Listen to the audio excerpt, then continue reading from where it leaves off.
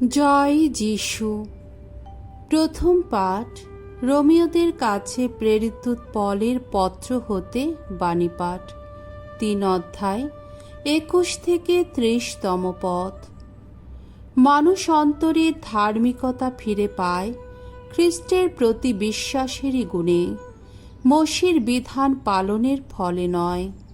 প্রিয়জনেরা, ঈশ্বর কিভাবে মানুষের অন্তরে ধার্মিকতা ফিরিয়ে আনেন, আজ কিন্তু সে কথা প্রকাশিত হয়েছে।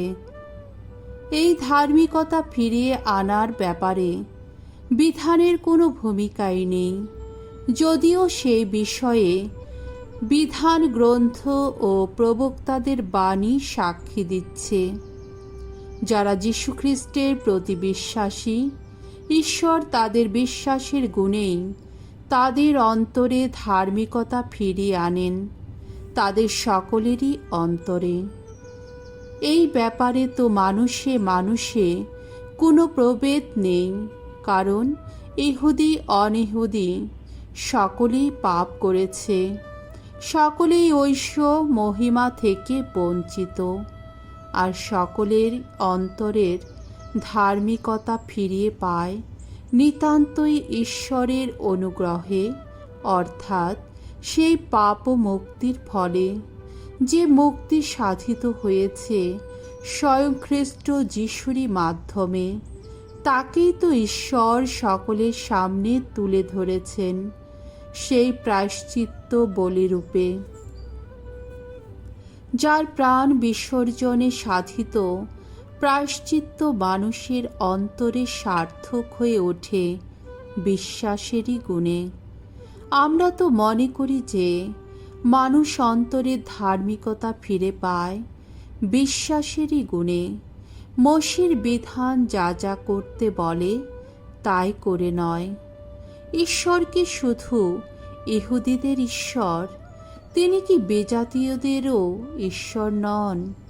নিশ্চয়ই বিজাতীয়দেরও ঈশ্বর তিনি, কারণ ঈশ্বর তো এক ও অভিন্ন।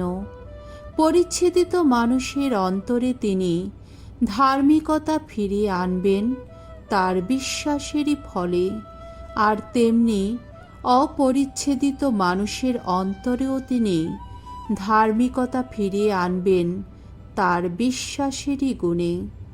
এই বিশ্বাসের নামে আমরা কি তাহলে বিধানকে মূল্যহীন করে দিচ্ছি? না, মোটেই তা নয়। আমরা বরং বিধানকে তার যোগ্য আসনেই বসাচ্ছি। প্রভুর বাণী। ঈশ্বরকে ধন্যবাদ। সাম সঙ্গীত 130, 1 থেকে 6 পদ। ধুয়ো, প্রভু ভগবান করুণা নিধান, অমিত পরিত্রাণ তারই স্মরণে। ওগো ভগবান, অতুল থেকে ডাকছি তোমায়, আমারে ডাক শুনো প্রভু, শুনো তুমি। মিনতির ডাক কান পেতে শুনো তুমি। ওগো ভগবান, যদি তুমি ধরো মানুষের অপরাধ, তাহলে তোমার সামনে কেই বা দাঁড়াতে পারবে প্রভু? কিন্তু তুমি তো নিত্য ক্ষমার আধার, তাই সকলেই তোমায় এত শ্রদ্ধা করে। ভগবানের পথ চেয়ে আছি আমি, প্রাণটা আমার তারই পথ চেয়ে আছে। তার বাণীতে আস্থা রেখেছি আমি। প্রহরী যেমন প্রতীক্ষা করে কখন সকাল হবে, ব্যাকুল হয়ে ভাবে কখন সকাল হবে, তার চেয়েও তো ব্যাকুল হয়েই প্রভুর জন্যে প্রতীক্ষা করি আমি। বাণী বন্দনা। জয় জয় প্রভুর জয়। আমি পথ, আমি সত্য, আমি জীবন। আমার মধ্য দিয়ে না গেলে কেহ পিতার কাছে যেতে পারে না। জয় জয় প্রভুর জয়। মঙ্গল সমাচার। লূক রচিত মঙ্গল সমাচার, 11 অধ্যায় 47 থেকে 54তম পদ। বিধান পণ্ডিতদের প্রতি প্রভু যিশুর ধিক্কার বাণী। যিশু একদিন বিধান পণ্ডিতদের বললেন, হায় রে আপনারা বিধান পণ্ডিতেরা, আপনারা তো প্রবক্তাদের সমাধি মন্দির গেঁথে তুলেন, অথচ আপনাদের পিতৃপুরুষেরাই কিন্তু তাদের হত্যা করেছিলেন। তার মানে আপনাদের পিতৃপুরুষেরা যা করেছিলেন আপনারা এখন একই সঙ্গে তার সাক্ষীও দিচ্ছেন, তার সমর্থনও করছেন। প্রবক্তাদের হত্যা করেছেন তারা, আর সমাধি মন্দির গেঁথে তুলছেন আপনারা।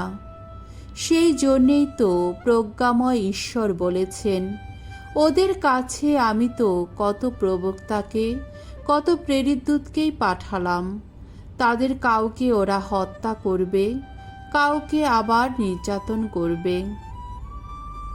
আর তাই জগৎ সৃষ্টি থেকে এ পর্যন্ত যত প্রবক্তার রক্ত ঝরানো হয়েছে তা আবেলের রক্ত থেকে শুরু করে সেই জাকারিয়ার রক্ত পর্যন্ত, যিনি মন্দিরের যজ্ঞবেদী ও পুণ্যস্থানটির মাঝখানে প্রাণ হারিয়েছিলেন, তাদের সকলেরই রক্ত ঝরানোর হিসাব এই প্রজন্মের মানুষদের কাছ থেকেই একদিন চেয়ে নেওয়া হবে। হ্যাঁ, আমি আপনাদের বলছি, এর হিসাব এই প্রজন্মের মানুষদেরই কাছ থেকে চেয়ে নেওয়া হবে। হায়রে আপনারা বিধান পণ্ডিতেরা, আপনারা তো সরিয়ে রেখেছেন জ্ঞান ভাণ্ডারের চাবিকাঠি। আপনারা নিজেরাও ভেতরে যাননি, আর যারা ভেতরে যেতে চেয়েছিল তাদেরও যাবার পথ বন্ধ করে দিয়েছেন। যিশু সেই বাড়ি থেকে বেরিয়ে আসার পর শাস্ত্রীরা ও ফরিসিরা এসে তার প্রতি উগ্র আক্রোশ দেখাতে লাগলেন। তারা বহু বিষয়ে প্রশ্ন করে তাকে নিজের মতো জানাবার জন্যে চাপ দিতে লাগলেন।